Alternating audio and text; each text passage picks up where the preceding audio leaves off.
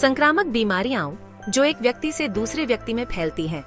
संक्रामक बीमारियां virus, bacteria या अन्य सूक्ष्म जीवों से फैलती हैं।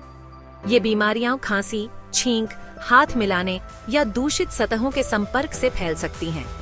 कुछ आम संक्रामक बीमारियां हैं: फ्लू, डेंगू, टीबी, मलेरिया। इन बीमारियों से बचाव के लिए नियमित हाथ धोना, मास्क पहनना और टीकाकरण बहुत जरूरी है। स्वास्थ्यवर्धक आदतें अपनाएं और बीमारियों से खुद को और अपने परिवार को सुरक्षित रखें। अधिक जानकारी के लिए हमसे संपर्क करें।